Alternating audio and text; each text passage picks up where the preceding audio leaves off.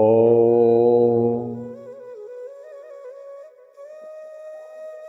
हर मनुष्य के मन में एक मौलिक प्रश्न रहता है कि ईश्वर दिखाई तो नहीं देते, दर्शन तो सबको हो नहीं पाता, फिर ईश्वर है भी या नहीं। लेकिन हम अपनी आस्था के अनुरूप, अपनी श्रद्धा और पूर्वजों द्वारा दिए गए धरोहर के रूप में मानते हैं कि ईश्वर होता है और हम उस ईश्वर की उपासना करते हैं, हमें लाभ भी मिलता है। क्या ईश्वर के साक्षात दर्शन किए जा सकते हैं? हाँ, किए जा सकते हैं। कई लोग कहते हैं कलयुग में नहीं हो सकता। हमारा प्रश्न उन लोगों से है, क्या मीराबाई सतयुग में हुई थी? उनका भी जन्म इसी कलयुग में हुआ था, उन्हें भी कृष्ण कन्हैया के दर्शन हुए थे। क्या ठाकुर रामकृष्ण परमहंस सतयुग में हुए थे? वो भी कलयुग में ही हुए थे, काली माता उनसे बातें करती थी। क्या गुरु नानक देव सतयुग में हुए थे? इतिहास उठा के देख लें, हजारों हजार संत जिनको अपने अपने इष्ट देव के दर्शन हुए, उनसे वार्तालाप हुई और आध्यात्मिकता के उच्च शिखर तक वो पहुंचे हैं। ईश्वर का दर्शन करना सहज है, सरल है, लेकिन हम सरलता छोड़कर कपट की ओर बढ़ते हैं तो हमें ईश्वर के दर्शन नहीं होते। तो ईश्वर तो निराकार है और साकार रूप में देखें तो इतने देवी देवता दिखाई देते हैं, उनमें से किसका दर्शन करेंगे? तो गोस्वामी तुलसीदास जी लिखते हैं, जाके हृदय भगति जस प्रीति, प्रभुतः प्रकट सदा तेहि रीति। जिसके हृदय में जिस भाव से, जिस परिकल्पना से ईश्वर की बातें मन में आएंगी और उसी पे वो ध्यान करेगा, उसी रूप में परमात्मा उसे दर्शन देंगे। वही निराकार ऊर्जा, सर्वव्यापी सत्ता, कण कण में व्याप्त एनर्जी, वही आपके इमेजिनेशन, आपकी परिकल्पना और आपके भाव के हिसाब से आपके सामने उसी रूप में प्रकट हो जाती है। तो इसका तरीका क्या है? इसका बार बार कहा गया कि निर्मल मन जन सो मोहि पावा, मोहि कपट छल छिद्र दुरावा। निर्मल मन वाले मुझे पाते हैं, भगवान कह रहे हैं।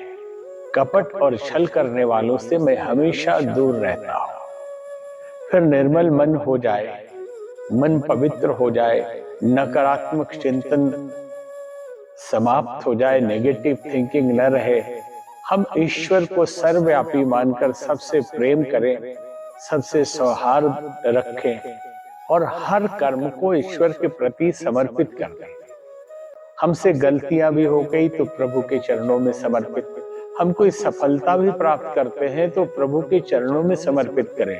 अन्यथा जब हम दुखी होते हैं तो रोते हैं और हम ये कहते हैं कि भगवान ने ये क्या कर दिया हमारे साथ। और जब हम बहुत सुखी होते हैं, कोई पद प्रतिष्ठा मिले, कोई सम्मान मिले, कोई धन वैभव मिले, कोई सफलता मिले, तो हम कहते हैं बड़ी मेहनत करके हमने पाया है। यहीं से हम ईश्वर से दूर होने लगते हैं। हमारे मन का कोलाहल, हमारे प्राणों का कोलाहल हमें अपने इष्ट से दूर करता है। जितना ही समर्पित होंगे, जितना ही अपने आप में जाएंगे, उतने ही ईश्वर के करीब होंगे। आज पूरी दुनिया में मानव समुदाय के लिए सबसे बीमारी जो है बड़ी, वो बीमारी है मानसिक तनाव। टेंशन इतना है और भय, कहीं बीमार न पड़ जाए, कहीं एक्सीडेंट ना हो जाए, कहीं धन हानि ना हो जाए, भविष्य में हमारा क्या होगा पता नहीं, दुनिया अलग तरीके से चल रही है। जिंदगी में बड़ा भारी तनाव इस बात का है, क्योंकि कौन हमारा सहारा होगा, कौन हमारा भरोसा होगा, कौन हमें संभालेगा। जब हम इस धरती पे आए तो रजिस्ट्रेशन करा के नहीं आए थे कि पैदा कहाँ होंगे, हमें मालूम नहीं था। फिर भी हम एक घर में पैदा हुए, एक माँ मिली, दूध पीने के लिए व्यवस्था की, पाँव हाथ चल नहीं सकते थे, लुंज पुंज थे गोदी में, और उस माँ ने हमें चलना सिखाया, पाँव को मजबूत किया, बोलना सिखाया। तो जब जिस ईश्वर ने हमें इस धरती पर भेजा है वो हमें भूल गया? नहीं, वो नहीं भूला है, हम उस ईश्वर को भूल गए। जैसे जैसे हम बड़े होते जाते हैं वैसे ही ईश्वर को भूलते चले जाते हैं।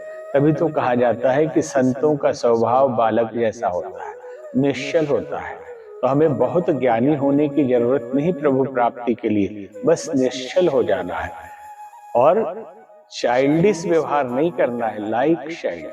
हम बच्चा हो न जाए, बच्चे जैसा निश्चल व्यवहार हो वो संत होता है। तो अगर नित्शे कहता था if there is no god you must make at least one, अगर भगवान नहीं भी होते तो अपने लिए सहारे के लिए एक भगवान बना लो। तरीका क्या है भगवत दर्शन का? एक तो निश्चलता, अहंकार का विसर्जन, प्रभु से प्रेम, और साथ में अपने इष्ट को आप उनका ध्यान करिए। जब पूजा करते हैं तब उनके सभी अंगों को ठीक से देखकर आंखें बंद करके उसे अंदर देखिए, ये अंतःत्राटक है। फिर 24 घंटे में आप भूल जाते हैं तो कम से कम 3-4 बार उनकी फोटो को देखिए और अंदर से 1-2 मिनट के लिए दर्शन करिए और अपने आप से बोलिए मैं अकेला नहीं, मेरा प्रभु, मेरा ईश्वर मेरे साथ है।